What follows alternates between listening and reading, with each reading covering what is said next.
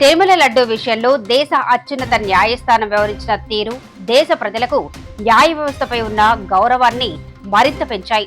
100 కోట్ల జనాభాని ప్రభావితం చేయగల అతి సున్నితమైన అంశాన్ని ఎటువంటి ఆధారాలు లేకుండా రాష్ట్ర ముఖ్యమంత్రి ఆరోపణలు చేయటం అత్యంత హేయమైన చర్య. ఖండించాల్సిన ఉప ముఖ్యమంత్రి పవన్ కళ్యాణ్ కూడా తానా అంటే తందానా అన్నట్లు చేసిన హడావుడి అంతా ఇంతా కాదు. ఒక విధంగా చెప్పాలంటే హిందువులను రెచ్చగొట్టే వ్యాఖ్యలు చేశారు. విజయవాడ వరద ప్రాంతాల్లో తాను తిరిగితే ప్రజలు మరింత ఇబ్బంది పడతారు అని ఆలోచించిన పవన్ కళ్యాణ్ ప్రాయశ్చిత్త దీక్ష అంటూ దేవాలయాల్లో తన అనుచరులతో వెళితే భక్తులకు ఎదురయ్యే ఇబ్బందుల గురించి ఆలోచించకపోవడం శోచనీయం. ఇక చంద్రబాబు విషయానికి వస్తే ప్రజల మన్ననలు పొందాలని చేశారో లేక రాజకీయ లబ్ధి కోసం చేశారో తెలియదు కానీ జీవితంలో చంద్రబాబు చేసిన అతిపెద్ద తప్పు ఇదేనేమో.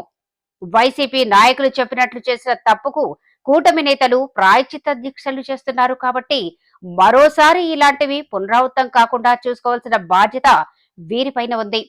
ఇప్పటికీ కూడా బీజేపీ నాయకురాలు పురంధరేశ్వరి సుప్రీంకోర్టు వ్యాఖ్యలను కూడా ఖండిస్తుండటం దేశ ప్రజలను నివ్వరపరుస్తోంది.